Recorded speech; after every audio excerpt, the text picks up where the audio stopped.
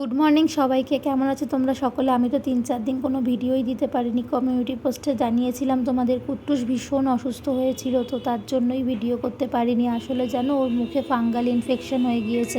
কোথা থেকে যে কী হলো, আমি সবসময় আমার মেয়েকে চোখে চোখে রাখি, তারপরেও যে কী মুখে দিয়ে দিল। ওর তো এখন 21 মাস বয়স। এই বয়সের বাচ্চাগুলো তো জানোই সব কিছুই মুখে দিয়ে দেয়। আমি সবসময় একটাই কথা বলবো তোমাদেরকে, তোমরা প্লিজ তোমাদের বাচ্চাদের সবসময় চোখে চোখে রেখো, কাজ পড়ে থাকুক। আগে আমার মেয়েটা এত কষ্ট পেয়েছে যেন, কিচ্ছু খাওয়া দাওয়া করছিল না। খাওয়া দাওয়াতে তো কোনো রেস্ট্রিকশান নেই ফাঙ্গাল ইনফেকশানে, কিন্তু খেতে পারলে তারপর তো খাবে। মিষ্টি মিষ্টি করে খাবার দিচ্ছিলাম, কারণ মুখে ব্যথা। তো যাই হোক, আজকে দেখো ওকে মিষ্টি কুমড়ো, মিষ্টি আলু, ব্রোকলি, পালং শাক সব দিয়ে একটু মাছের ঝোলটা করে দিয়েছি। আজ কিন্তু গোলমরিচ দিইনি, শুধু হলুদ, নুন আর একটু জিরে গুঁড়ো দিয়েছি, আর দুলালের তাল মিশ্রি দিয়ে। আমার ভিডিও ভালো লাগলে প্লিজ একটা লাইক করে পাশে থেকো। আশা করি কুট্টুস আজ খাবে।